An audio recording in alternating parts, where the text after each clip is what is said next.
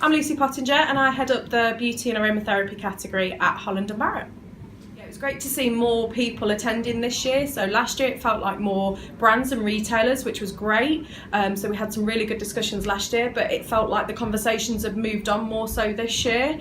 And also more bloggers and journalists joined us this year, so it gave us different perspectives on the industry as well, which was nice to see. I think we've still got a long way to go in terms of regulations, and that is very, very apparent. So we talk in the industry quite a lot about how confusing the industry can be from a customer's point of view, but it's very apparent that us ourselves still need to almost get our act together and understand what it is that the consumer wants and have the regulatory body support us on that as well.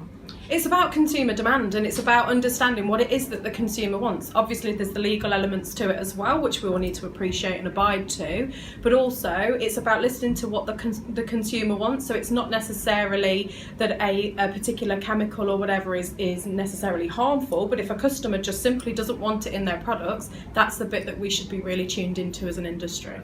I think if we're looking at trends as a more broader subject, I think transparency on label probably comes back to the regulation thing as well, but transparency on label is something that consumers are absolutely desperate for. They want to understand where their product is coming from, and also that translates then into the marketing of the product as well. So I think that will become not necessarily a trend, but certainly consumer demand will grow for that.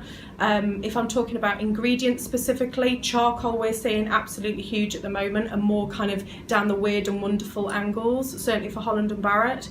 And I think there's more to play out on things like DIY beauty, and probably comes back to the transparency element of it as well. Customers want to know exactly what's going in their product, and what a better way to do it than to make it themselves.